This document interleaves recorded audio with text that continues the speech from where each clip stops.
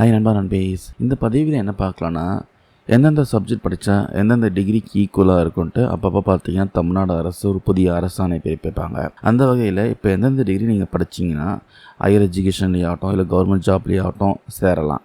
அதுக்கான ஈக்குவலண்ட் என்ன சப்ஜெக்ட்டு எல்லாமே டீட்டெயிலாக அந்த பதிவில் பார்க்கலாம். பிகாம் டிகிரிக்கு எதெல்லாம் இணையானவையும் பார்த்தீங்கன்னா, சேலம் பெரியார் பல்கலைக்கழகம் வழங்கக்கூடிய பிகாம் இகாமர்ஸ் ஆகட்டும், பிகாம் பிஸ்னஸ் அனலிட்டிக்ஸ் ஆகட்டும், பிகாம் இன்ஃபர்மேஷன் டெக்னாலஜி, இந்த 3 டிகிரியுமே பிகாம்க்கு இணையானவை சொல்லியிருக்காங்க.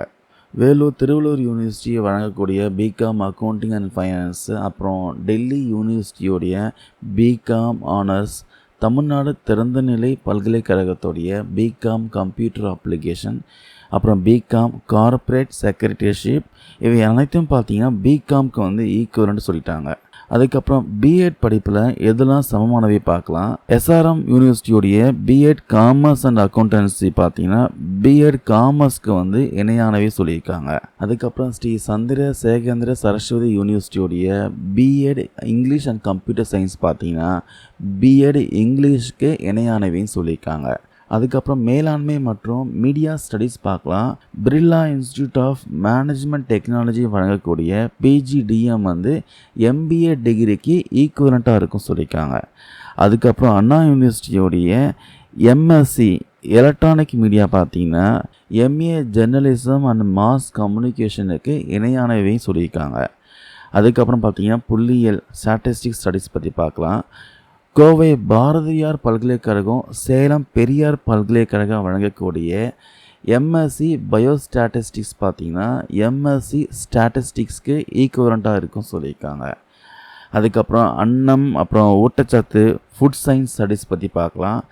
சென்னை மகளிர் கிறிஸ்துவ கல்லூரியோடைய BSc home science nutrition food service management and dietetics பார்த்தீங்கன்னா பிஎஸ்சி ஃபுட் சயின்ஸ் அண்ட் நியூட்ரிஷனுக்கு இணையானவைன்னு சொல்லியிருக்காங்க, ஈக்குவலண்ட்டாக சொல்லியிருக்காங்க.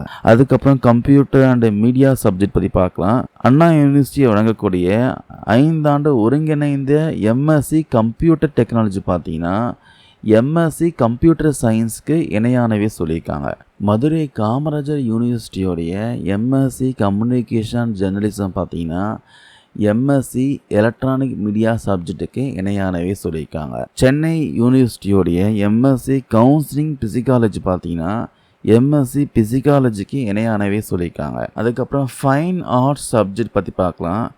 அழகப்பா யூனிவர்சிட்டியோடைய டிப்ளமோ இன் ஃபைன் ஆர்ட்ஸ் பார்த்தீங்கன்னா அதே பட்டத்திற்கு இணையானவே சொல்லியிருக்காங்க. ஸோ ஸ்டூடெண்ட்ஸுக்கெல்லாம் கவர்மெண்ட் ஜாபுக்கும் அப்புறம் உயர்கல்வி வாய்ப்புகளை குழப்பத்தை நீக்குவதற்காக தான் எந்த படிப்பு எதற்கு சமமோ தெளிவுபடுத்துவதற்காக இந்த அரசாணையை பிறப்பித்திருக்காங்க. ஸோ ஸ்டூடெண்ட்ஸ் ஆகட்டும் இல்லை ஆசிரியர் தேர்வர்கள் ஆகட்டும் கவர்மெண்ட் ஜாப்பை நோக்கி ட்ரை பண்ணிட்டு இருக்கீங்கன்னா இந்த பட்டியல் கண்டிப்பாக நீங்கள் தெரிஞ்சுக்கணும், கவனிக்கணும். உங்கள் படிப்பு எதற்கு சமம் தெரிஞ்சால் வேலை வாய்ப்பை சரியாக பயன்படுத்திக்கலாம். இந்த பதிவை நான் ஷேர் பண்ண அப்டேட் யூஸ்ஃபுல்லாக இருக்கும்னு நினைக்கிறேன். தேங்க்யூ நண்பா நண்பீஸ்.